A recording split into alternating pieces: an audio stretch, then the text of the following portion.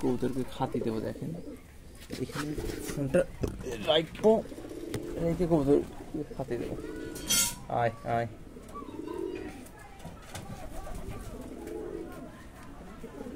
এই যে দেখেন কি হারে ভুট্টা খাই, দেখছেন কি হারে ভুট্টা খাই, দেখেন ভুট্টা খাচ্ছে।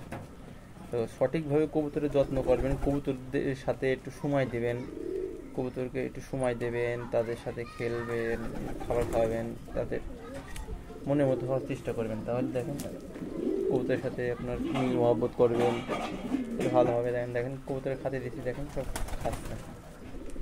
সবার সাথে মিল মহব্বত রাখবেন। বিশেষ করে কবুতর পোষা পাখি, এদেরকে একটু যত্ন করলে এরা আপনাকে কখনোই হতাশ করবে না এবং আপনাকে ছেড়ে দেবে না।